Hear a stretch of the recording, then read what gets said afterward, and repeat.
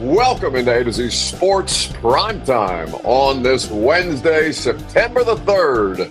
Happy football season to each and every one of you. I suppose it's been football season for a while now. God, Ross, just dropped the music in the middle. No warm-up whatsoever, no foreplay whatsoever. You can tell that Ross is producing the show as opposed to Robert. We thought we'd give Robert the night off because he's been working very, very hard, as is Ross, I suppose. But God almighty. Whatever. We're here. We're happy to be here. And we are happy to be back. God, I feel like I haven't done primetime in 110 years, but that's okay. Because we have depth charts, we have practice, we have injury reports, we have football, ladies and gentlemen. We have week one in the NFL, week one for the Titans. In fact, week one begins officially in earnest tomorrow night. The Eagles and the Cowboys will get us going. Unfortunately for America, we will have to suffer through all the Cowboys drama on a nationally televised season opening event, but that's all well and good because it means the rest of us will be able to start our respective seasons very soon thereafter that. So I, of course, will be in Denver, and I'm looking forward to covering Cam Ward's first NFL game as a starter, a first regular season game as a starter in Denver. And it's not just going to be Cam Ward that this football team is leaning on. We know that there was always going to be first and second year players that this team was going to rely upon. They had no choice.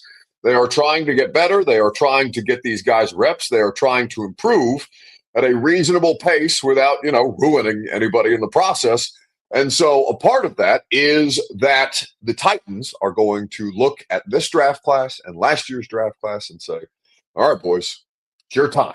Go get them. And a part of that is that Cam Ward isn't the only rookie who's going to make major contributions, who's going to look to make major contributions this week in Denver. I did indeed survive Europe. It was a crazy trip. 2 days on the ground, 1 day in Munich, 1 day in Paris, 2 days in the air. Wasn't there long enough to get jet lag, which honest to God worked in my favor, because if I was dealing with jet lag this week, I would be a miserable son of a bitch, more miserable than I normally am.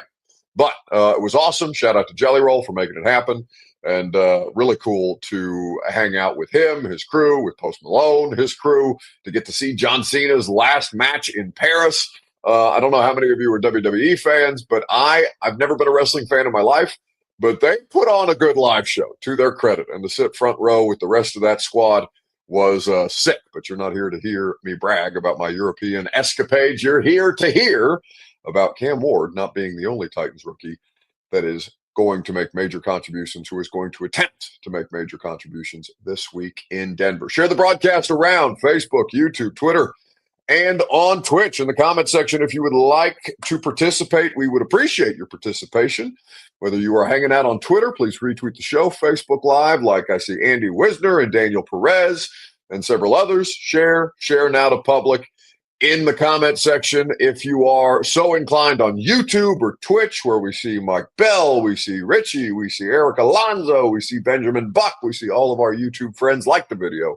Hit that thumbs up button. Hit it again for good. Well, I don't think if you hit it twice, I think if you hit it twice, it cancels it out. So just hit it the once, but make sure that everybody else hits it too. And share this broadcast around. Do the same on Twitch. Text the link to a friend if you're feeling so inclined. Richie wants to know how I sat that close at the WWE event in Paris.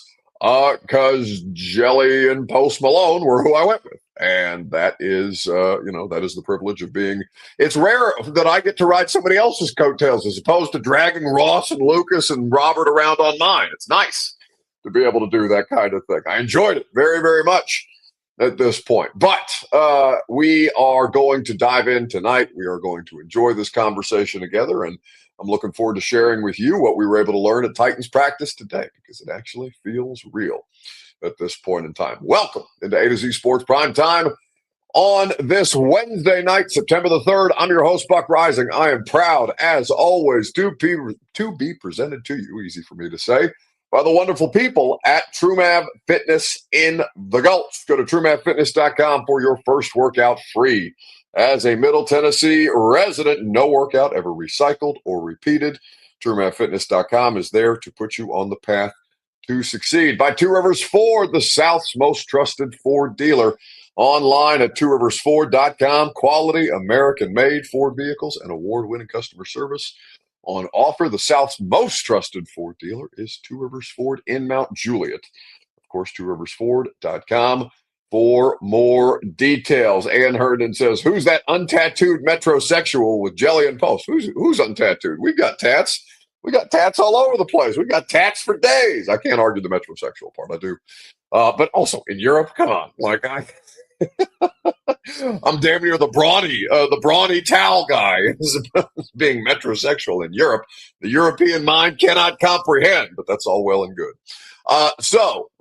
Dustin Reeves says, what's up, Buck? I watch the radio show every day. You guys give me a bunch of laughs. Well, we appreciate your participation. We love that you guys are bouncing back and forth between the two shows. New install tomorrow where there will be a deep dive on the Denver Broncos with Greg Cosell of NFL Films. It's all good content at this time of year. Not that we're not doing content every other time of year, but now it's a little easier because we got actual football games to talk about. Aboriginal 615 says, Buck, what if we are cheeks? Well, I mean, it's always a possibility. But you can be still a shitty football team and be more fun. And that's really all this is about. How can you give yourself a chance to succeed at the highest level? And that is kind of what they're up against, right? They're going to, as we talked about, start a lot of rookies. They're going to play a lot of first and second year players.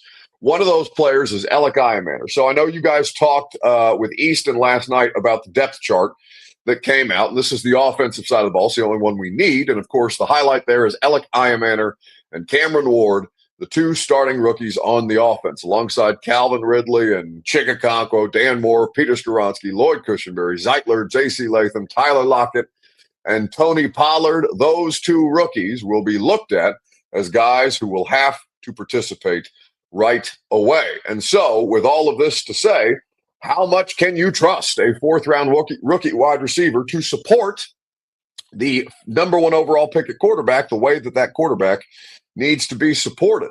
And that is a difficult situation, but a necessary one to thrust guys like Alec Aymanor in.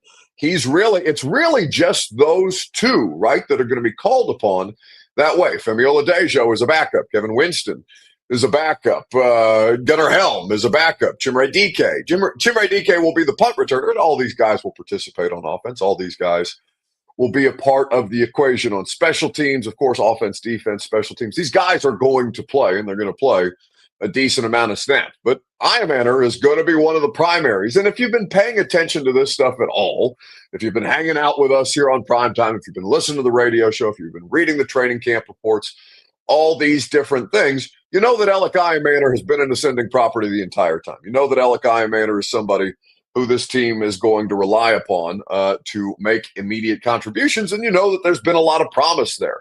So the question becomes on Facebook, YouTube, Twitter, and Twitch, fair or foul for you as a Titans fan? Do you believe it to be fair or foul that Alec Aymanor is going to be a day one starter for this roster? You let me know in the comment section. We will talk about it together on Facebook, YouTube, Twitter, and Twitch, as is the custom. And I will remind you that your Two Rivers Ford take is made possible, of course, by the South's most trusted Ford dealer, Two Rivers Ford, the place that you go for the best car buying experience. No gimmicks, no pressure, because their sales staff does not work on commission. They are simply there to find the best vehicle that makes sense for your family's budget and your needs. Two Rivers Ford has been doing this for over 4 decades, and they will serve you just as they have served millions upon millions of other Middle Tennesseans in their long and venerable history. That's Two Rivers Ford, the South's most trusted Ford dealer. All right, so fair or foul, the idea of starting Alec Aymanor right out of the gate. The other options, I mean, we know what the Titans' depth chart at wide receiver looks like. They had options. I don't know how many of them were actually good ones, right? Van Jefferson. I believe Van Jefferson is cut on any other NFL roster. Maybe not the Niners. The Niners' injury situation is messy right now. The Patriots, maybe not either. So let's say, on 29 other rosters, Van Jefferson probably doesn't make it. But on this roster, where you have the youth movement that you do, you need to make sure that you have some kind of veteran presence that's played NFL football games before. And so Van Jefferson will be a backup here. You have Bryce Oliver, who is a special teams player and has shown some promise on the offensive side of the football. But is that really who you want to run out there, given the kind of promise, the kind of potential that you believe Alec Aymanor to show? He's ahead of the curve, which does not, it's not a slight at Chimere Dike, right? But they are different players, and Aymanor has handled these responsibilities at a higher level than has Chimere Dike. And we've seen the results that you've gotten out of the preseason. So when we've talked to a variety of different people about this, Cam Ward spoke today, Brian Callahan spoke today, Nick Holtz and the rest of the coordinators spoke on Tuesday. One of those takeaways, we'll start with Holtz, because this whole thing, Pollard and Ridley, those are the only two proven commodities on this offensive side. Well, Zeitler, but in terms of the skill position players, Pollard, Ridley, those are the only two things that you've got going as name brand proven commodities who you can count on. But Pollard's already pushing uphill, right? Because Tajay Spears is going to miss the first 4 weeks of the regular season, which means Tony Pollard's workload is already going to be higher than it should be. It was way too high last year. I don't care. I said this on the radio show today. I don't care that Tony Pollard had a career year in rushing, because it was not efficient. It was not effective. To Tony's credit, he gutted it out. He played through injuries. He was the best possible option. Hell, he was really the only thing that you could use to your advantage that way to consistently move the ball. Ridley came on in the second half of the year, but it was Pollard the whole way through. And that was exhausting, and it was unfair. And that's the way that the season is going to start again for Tony Pollard. So you're going to sell out to stop the run if you're the Denver Broncos, the Los Angeles Rams, the Indianapolis Colts, the Houston Texans, and any other defense that you're going to play in the next couple of weeks. Secondarily, or primarily, depending on how you look at this, Calvin Ridley, only proven wide receiver, only proven skill position player, only known commodity as a pass catcher that can definitively hurt you. A proven wide receiver who has game-breaking speed to come in there. One of the cats is screaming in the background. Apologies if that's making it to the broadcast. I'm not sure if it is or not. So we hope to ignore that and keep moving. But you understand that Calvin Ridley is the only guy that a secondary really has to worry about. And so you are going to do everything that you can to take Calvin Ridley out of the equation and let the fourth-round rookie Alec Aymanor beat you. Let the ghost of Van Jefferson, the corpse of Tyler Lockett, respectfully to both of those players, try and beat you, because you feel pretty good about your chances to stop the rest of that skill position group, or you're going to put them in such a blender with Pat Surtain, the defending defensive player of the year, with Jahdae Barron, who's a high-level rookie, a first-round rookie, with that pass rush that you're going to use to put that quarterback in an absolute blender. You're going to use your tools at your disposal if you're the Denver Broncos to try and make that Titans offense a living hell. Snap in, snap out, down in, down out for 4 quarters, then an afternoon kickoff with a rabid fan base that thinks it's winning the Super Bowl this year, that thinks it's beating the Chiefs for the AFC West. That's the message in Denver. Super Bowl, which is not such a ridiculous claim at this point in time. So how can you find ways to win if you know that everybody else knows that Tony Pollard and Calvin Ridley are the only things that can actually hurt you, or that can hurt you on this offense? Well, that's something that Nick Holtz, the offensive coordinator, was asked about at his media availability yesterday. You got to move Calvin around, first of all. I think we'll move him around different formations, which we really got to at different points last year. And then those other guys, they got to make plays versus man and match coverage, right? It's going to be you got to win your one-on-one matchups, and it could be all those receivers. I think they'll all be up. The tight ends are going to be up. The backs are going to be up. And, if they're taking 2 guys to really take away one guy, the other guy's got to win. And the numbers are in our favor to win those other matchups if they're taking 2 for the other guys. You talk about everybody being on the same page about what the scheme is supposed to look like, what the offense is supposed to look like. Is the vision different this year than it was last year? Is it the same idea, just better equipped to execute it, or is there different ideas at play? Both, I would say. I think it's a better idea of some of the things we wanted to do last year. And then I think we've now learned from ourselves, watching ourselves scout, things like that. Hey, we thought we were going to be good at this, and we weren't. Or we weren't, hey, maybe we didn't think we were great at this, and we actually were. So now there's probably just a clear idea of who we are, and probably just less than it was. You know what I mean? I think if that answers the question, probably less different schemes, less, less gray area of some of, hey, this play might be good against this. We know kind of now what we like against what the quarterback sees better, what our players execute better, and I think that's where that comes in. How'd you like how How the hell is Robert working a fart noise and the mama sound from the radio show into Nick Hull? So if that didn't distract you enough, you heard your offensive coordinator talking about you're here to win, right? You have to win. If you're Alec Aymanor and you get one-on-one and two guys are taking advantage of Calvin Ridley or trying to take Calvin Ridley out of the equation, you have to go out there and beat whoever is across from you. You're a paid professional, fourth-round rookie or not. It doesn't matter what level of football you played at before. It doesn't matter what your draft pedigree is. It doesn't matter what your level of experience is. You're a paid professional football player. Go out there and win. Go out there and prove them right. If you're the coaching staff, the front office, Cam Ward, who's put his trust in you, go out there and win because we need you to. We can't. There is no other way. This is going to be a fascinating game because there's reason to believe that the offense isn't even the one. If you're the Titans, the offense isn't even the one with the greatest pressure. Because say Cam Ward goes out there and balls, goes out there and has one of these performances that gives you the kind of hope that all of you have been hoping and wishing and praying and trying to manifest.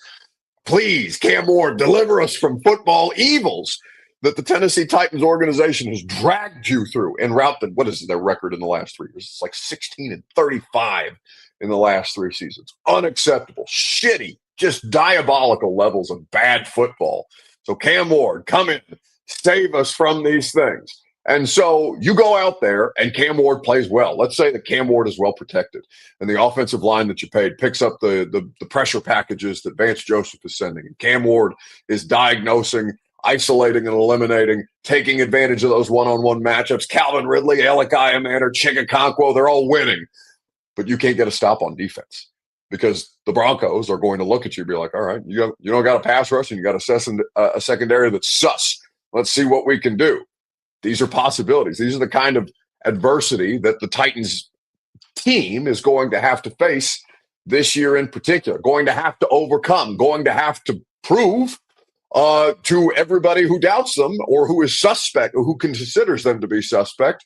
No, they got some juice here at this point in time on both sides of the ball, and both sides of the ball have plenty of questions. We understand this at this point in time. So with all of the different things that you have at your disposal, it is somebody, whether it's Alec, whether it's Chimere Dike, Gunnar Helm, any of them, somebody has to prove viable beyond Calvin Ridley and Tony Pollard. It is not a situation you can't survive. If not, you have no shot.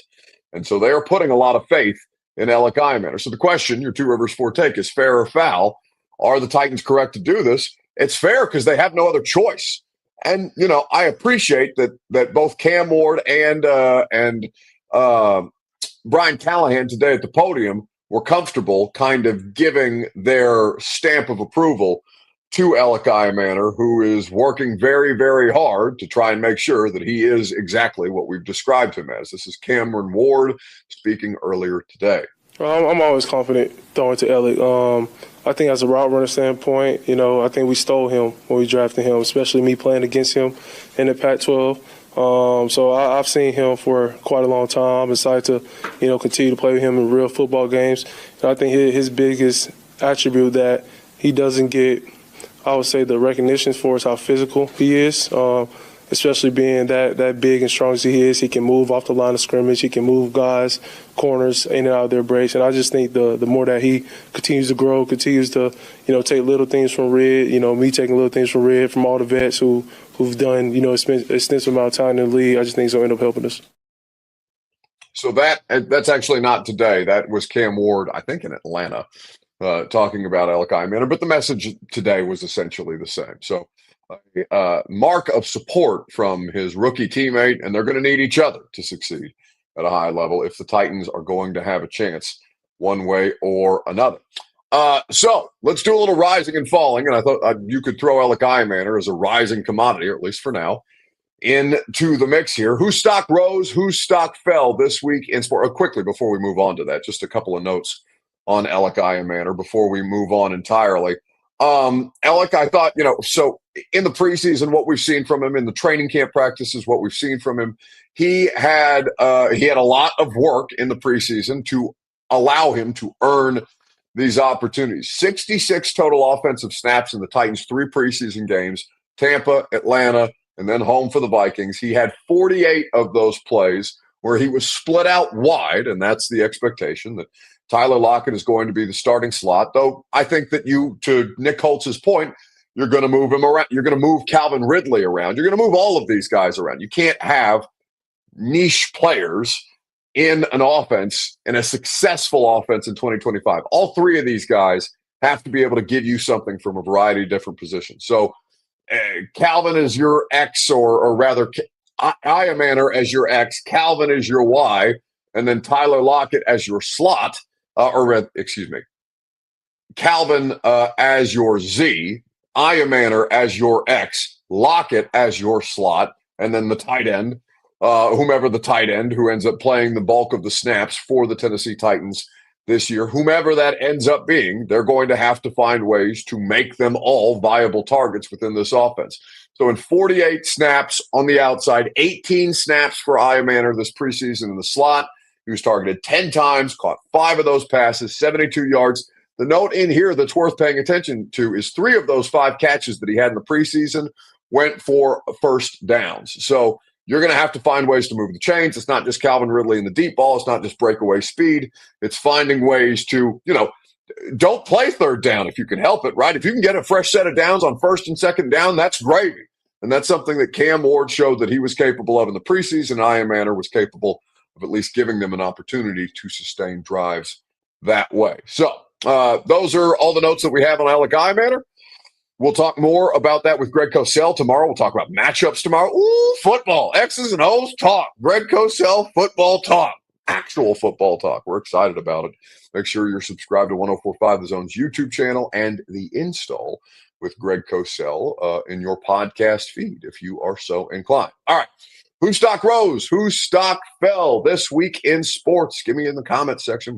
We had college football to stock up, stock down on. We have, of course, NFL right around the corner. Tomorrow night, we will do an early primetime show tomorrow night. I will inform Bert that I would like to go at 6 tomorrow. For those of you who are accustomed, or somewhere between 6 and 6:30, so we all have time to enjoy kickoff together.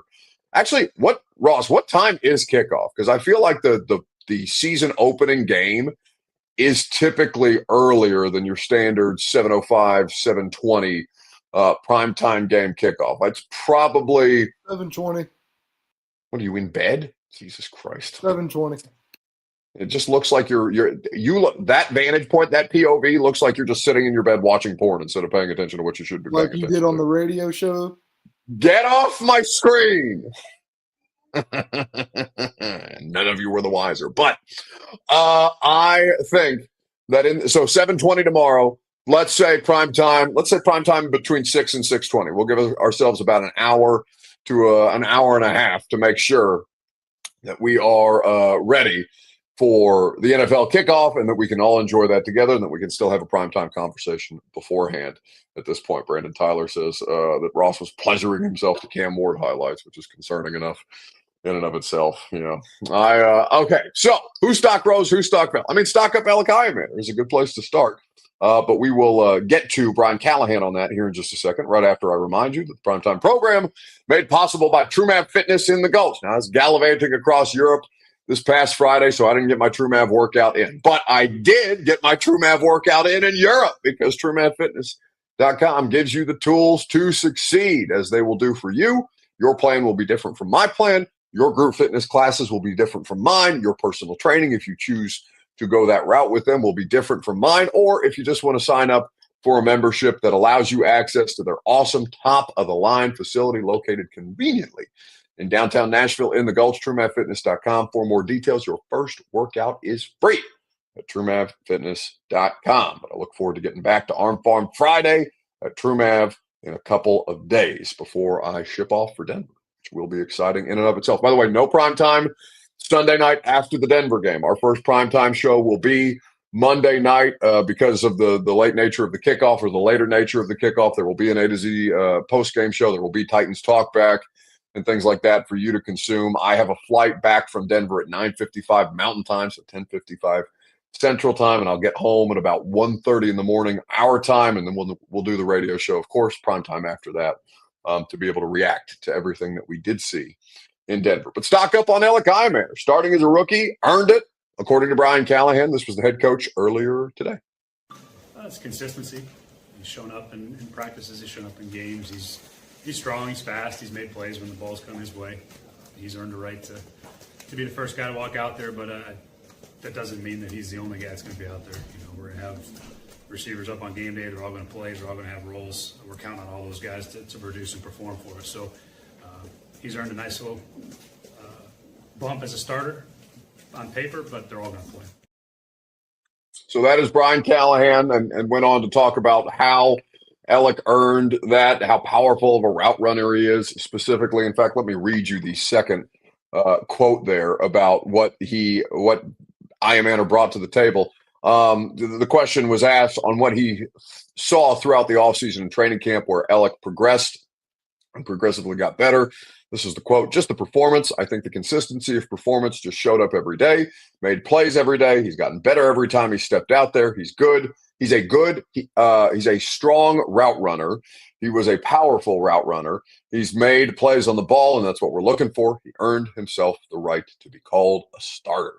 So high praise from the coach, and they need him. They need him right out of the gate. And so we'll see him right out of the gate. So stock up Alec Aymanor. Stock down Bill Belichick, who got his ass whipped 48-14 in North Carolina's debut. We talked to Cedric Gray, the former North Carolina linebacker, now Titans starting linebacker. Speaking of starters, young players that they're going to be leaning upon. I mean, they have another opportunity to redeem themselves this weekend.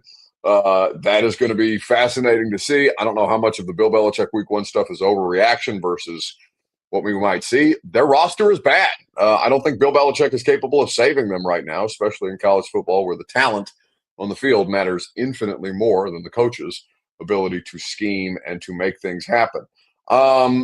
Stock up in favor of Ohio State. Stock up in favor of the Michigan freshman quarterback, who was an absolute dog this weekend. Really enjoyed seeing some of the highlights from Michigan's game. I know they were playing New Mexico State or whatever, but still really impressed there. Stock down Arch Manning for those of you who watched the Texas-Ohio State game. Stock up Florida State.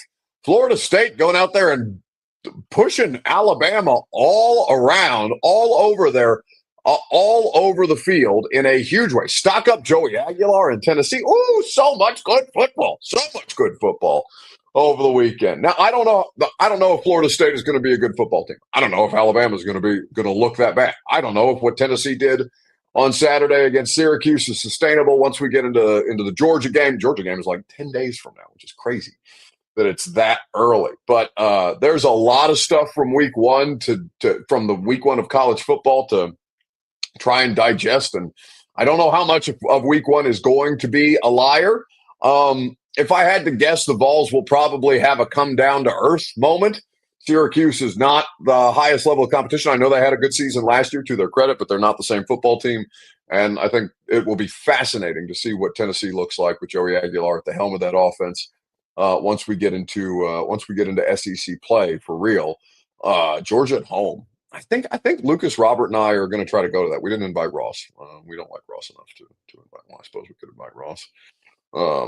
But he probably has to work. He probably has things to do. He probably has, weekend nonsense to take care of as he works his way up the shitty sports media ladder. But I think that Tennessee is going to be a fascinating case study. Stock down Nico Iamaleava.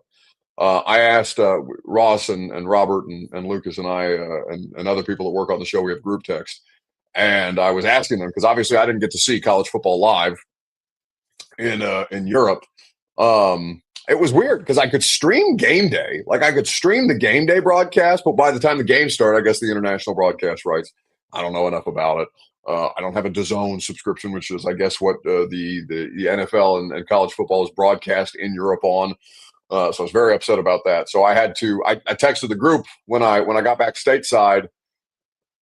What was that? Monday afternoon. I said, all right, what games do I have to prioritize? What do I need to watch to be ready for the week of radio and prime time and all the different things that we need to watch?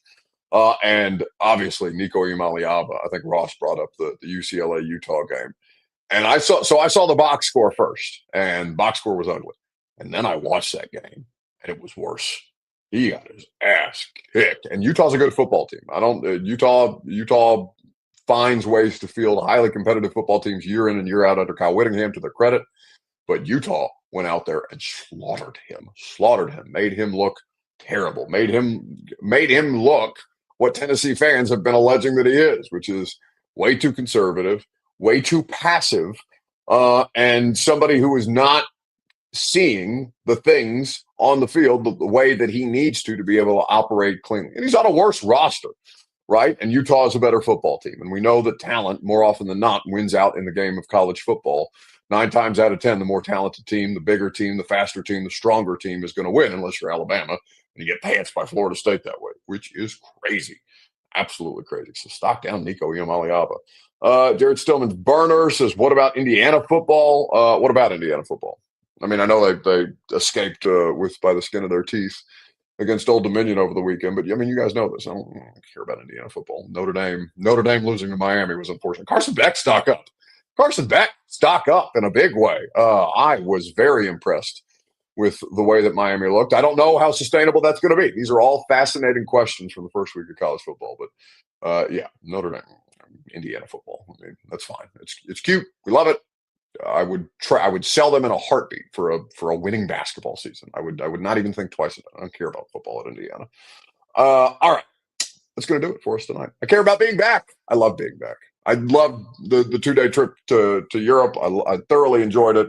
I appreciate you guys giving me a couple extra days to get my shit back together as we work our way into full speed ahead for football season. But that's what it is, baby. We have practice today, tomorrow, Friday, road trip on Saturday, game on Sunday, back here for it on Monday, and we'll do it all over again for the next 18 weeks. Well, 17 weeks because week 10 bye. But you get my point. We're full speed ahead, football season, games that matter, all the way through from here until the end of the football season. Whenever that end of football season might be. I don't think you're a playoff team this year, but stranger things have happened, I suppose. That's why you play the games. That's why we're excited about it, because we don't know. We have no idea what this football season is going to hold. And that, I think, is as much fun as anything. And if they get their ass whipped in Denver, or if they do the unthinkable and they beat the Broncos in week 1, we will have conversations about that. I'll be on the scene either way to make sure that you have as much information as humanly possible. Like the video on the way out the door. Thank you guys, as always, for spending your time with us. Thanks to Ross for filling in for Robert, who had an entirely too long workday at the radio station. We will see you tomorrow morning at 10 a.m. for the radio show. Nate Washington, he's been high on Alec Aymanor the entire way through. Nate Washington will be on the radio show in the noon hour. We will look forward to hanging out with you guys from 10 to 1 on 104.5 The Zone and finishing off our primetime week tomorrow night. We'll do it early. We'll do it between 6 and 6:20 ahead of the week 1 or the opening game kickoff between the Eagles and the Cowboys. Oh, God, just feels so good to have football back. See you guys tomorrow. There's a very low percentage of this that is smiles and glory.